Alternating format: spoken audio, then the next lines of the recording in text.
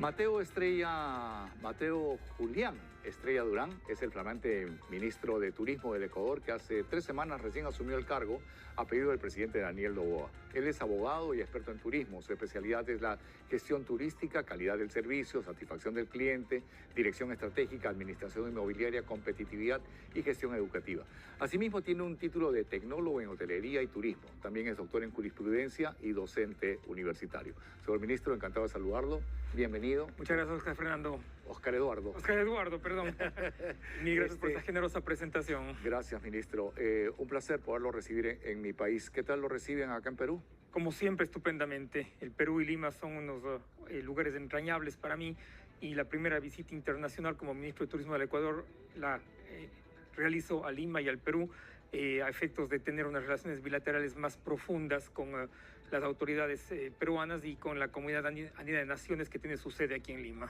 Qué interesante. He estado leyendo, estoy investigando sobre usted y veo que usted ha sido guía de turistas, ha manejado grupos, entonces es un hombre que conoce el trabajo desde adentro, lo que significa que el presidente Noboa está llevando a su gabinete a técnicos, a profesionales que conocen perfectamente el sector. ¿Ustedes están dentro de la Organización Mundial de Turismo también? Somos la país OMT. miembro, sí, así es, somos un país miembro. Y sí, en realidad para manejar el sector turístico es necesario conocerlo a profundidad.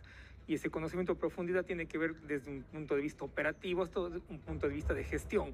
Entonces, tengo el honor de haber sido designado ministro de Turismo por el presidente Noboa y realmente uno de mis planes es, por supuesto, que profundizar esa visión operativa y esa visión estratégica que el turismo tiene para el país. En el Ecuador, más de 600.000 familias viven del turismo con empleos directos y contribuimos del 1.7% del Producto Interno Bruto. Entonces, esto nos lleva a este sector estratégico, canalizar acciones a efectos de que sea siempre más eficaz y crezcamos mucho más. El imán de atracción, digamos, de Ecuador, uno de los más grandes es la isla de Galápagos, ¿sí? Más o menos cuántas personas al año mueve el turismo ecuatoriano. Bueno, en el Ecuador tenemos 1.5 millones de turistas internacionales al año. Estamos en una senda de crecimiento, efectivamente, con todos los factores y todos los problemas que han tenido nuestros países en los últimos tiempos después de la pandemia. Estamos tratando de recuperar ese número de visitantes y efectivamente Galápagos es un polo de atracción turística muy grande, pero tenemos otros recursos maravillosos en el Ecuador. Tenemos 4 regiones fantásticas: la Amazonía, los Andes, la costa pacífica, las Islas Galápagos, por supuesto, y cada uno tiene algo muy importante que mostrar. Somos un país sostenible, tenemos un 25% de nuestro territorio son parques nacionales y áreas protegidas, tenemos unas comunidades indígenas fantásticas, tenemos unos mercados tradicionales, una gastronomía muy linda, una música. Escuchaba hace un rato los yarabíes que Claro. nos presentaba el anterior entrevistado y realmente tenemos una cultura muy parecida a la peruana en muchas cosas, muy parecida. Mientras nosotros hablamos quechua, ustedes hablan quichua. Quichua, así es, así es. Hay una breve cambio, pero somos hermanos, pues, somos pueblos hermanos, hemos sido parte del Tahuantinsuyo, parte del imperio de los incas, los quiteños, Atahualpa, tiene que ver muchísimo en la historia del Perú, ahí se da el quiebre, y felizmente se acabaron los temas beligerantes, porque con esto de la cordillera del Cóndor, la guerra de Tihuinza, la guerra del 40 y tantos, en fin, hemos tenido discrepancias que felizmente fueron ya totalmente superadas, ¿es así? Y es un ejemplo grandioso lo que pasó entre Ecuador y Perú.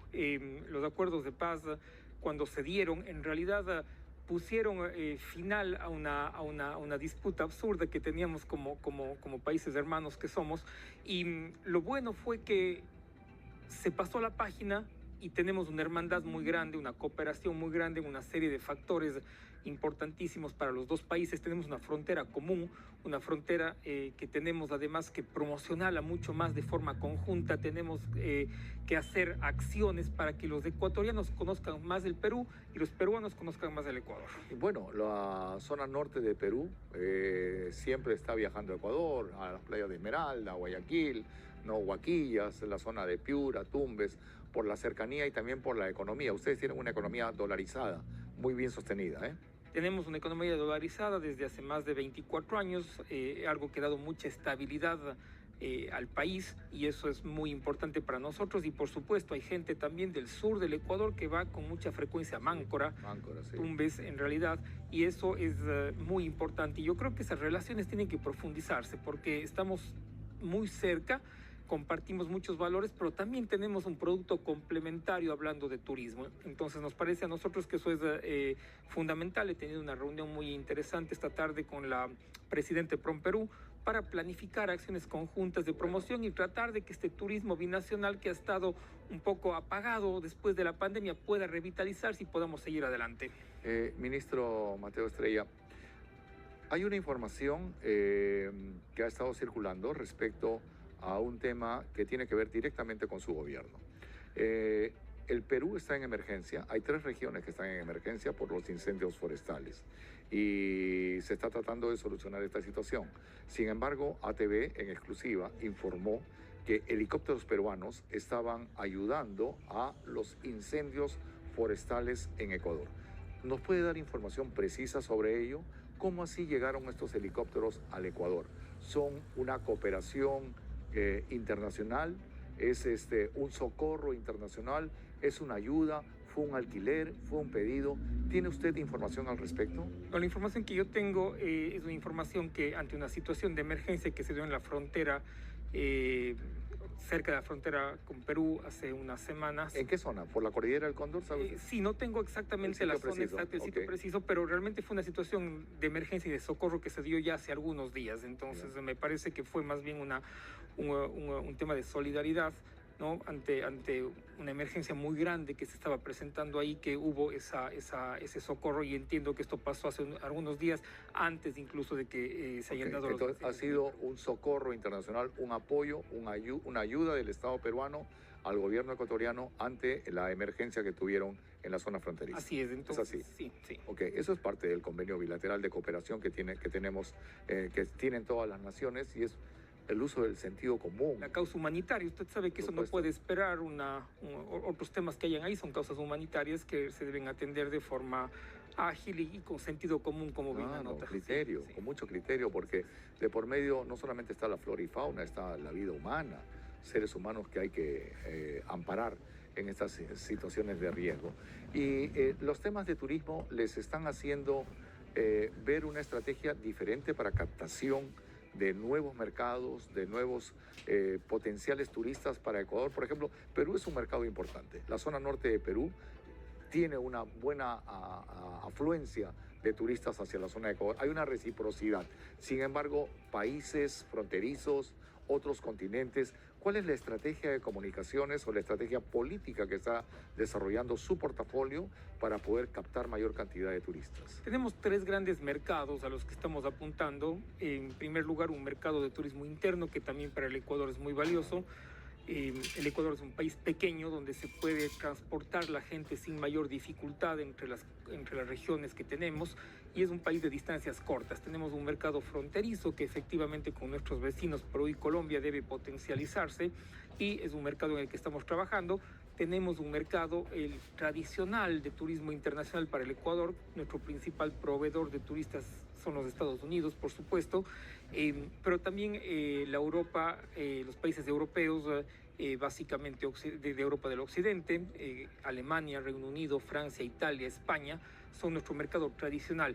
Y vamos a explorar el próximo año posibilidades con otros mercados de largo alcance, mercados que no han sido tradicionales, pero también para eso necesitamos construir un producto más regional. Claro. La gente que viene de otros mercados de más largo alcance también necesita conocer otro tipo de recursos, y es así que estamos trabajando en productos también a través de la CAN, de productos de rutas andinas que nos parece que son importantes y necesarios a efectos de alcanzar ese turismo de largo alcance. En este sentido, qué bien que conversen con PROMPERÚ, porque esos paquetes turísticos, por ejemplo, de turistas asiáticos que hacen el círculo mágico, Brasil, Argentina, Uruguay, Paraguay, Chile, Perú, Bolivia, Ecuador, Colombia, Venezuela. Eso es lo que se debería de incrementar, porque ahí ganamos todos. Ahí ganamos todos, y el turismo es una actividad en la que el turista no ve una frontera, sino que el turista ve un producto. Entonces, el producto andino es un producto muy interesante, el producto sudamericano es un producto fundamental y hay que trabajar más allá en el tema de integración turística. Me parece que eso es fundamental y es un deber que tenemos pendiente todavía. Nuestros países son tan cercanos, pero al mismo tiempo nos hace falta trabajar en otro tipo de políticas de integración. Ministro Estrella, su país llamó la atención en los medios de comunicación debido a diversas crisis que han tenido en los últimos tiempos. Una muy fuerte fue la que tuvo Guayaquil con el tema del COVID-19, que dio la vuelta al mundo. Otro fue la captura de un canal de televisión por bandas criminales, también dio la vuelta al mundo. La fuga de delincuentes peligrosísimos que ha originado un estado de emergencia a tal punto que la situación se volvió prácticamente insostenible en Ecuador y tuvieron que delegar responsabilidades de seguridad ciudadana en el ejército, en la marina, el ejército y la aviación. Esta situación continúa, han bajado los índices de criminalidad, se está mucho más seguro en Ecuador, han capturado a estos líderes que se fugaron de las cárceles. El presidente Daniel Noboa en el mes de enero tomó una decisión muy valiente y muy necesaria. Fue una medida de declarar un conflicto armado interno a efectos de que el Estado, con todos sus recursos, pueda luchar contra esas bandas criminales de narcotráfico, en realidad, que se peleaban por los territorios y que pusieron zozobra en algunas partes del país.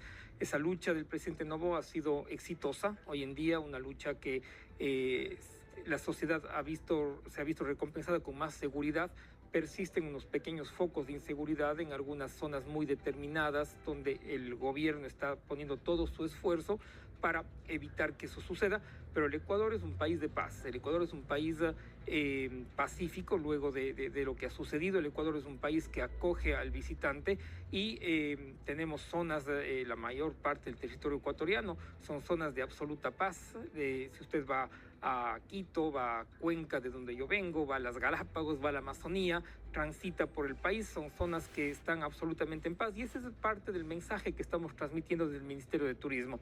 Si bien es cierto, cuando hay estas crisis de seguridad hay una afectación a la imagen país, nuestro deber es alimentar la buena imagen que nos corresponde tener, es recuperar esa confianza de los mercados y esa es parte principal de mi misión frente al Ministerio de Turismo de Ecuador. Hay elecciones generales, elecciones políticas, elecciones para presidente dentro de poco. ¿En qué fecha? En febrero. En el mes de febrero. ¿Cuándo debe dejar el poder el presidente Noboa? Según la Constitución, el presidente debe dejar cuando empiece la campaña política y su candidatura esté inscrita. La campaña política empieza a finales del mes de diciembre. O sea, hasta diciembre está al frente. ¿Y asumiría la vicepresidenta, que está como embajadora en Israel? Bueno, ese es la gran pregunta que en el Ecuador se está haciendo. Básicamente el presidente tomará la mejor decisión posible al momento que llegue esa decisión. Señor ministro, le agradezco que haya venido a conversar con nosotros. Sea usted cordialmente bienvenido a mi país, a este estudio de televisión. Espero tener la oportunidad de conversar en otras oportunidades. Y quiero pedirle un favor muy especial. Por supuesto. Quiero hablar con el presidente Noboa. Usted podría hacer los buenos oficios para que nos pueda recibir. Quisiéramos ir al Palacio de Carondelet, poder entrevistarlo. Es nuestro oficio y profesión y será un gusto, un placer y un honor poder entrevistar al presidente de Ecuador. Dele nuestro saludo y nuestro pedido de la entrevista. Me comprometo a hacerle llegar a través de nuestra secretaria de Comunicación, por supuesto que sí. Le agradezco sobremanera y espero encontrarme con usted en Quito. Muchísimas gracias. Le agradezco mucho por el espacio de la entrevista. A usted y siempre hermanos.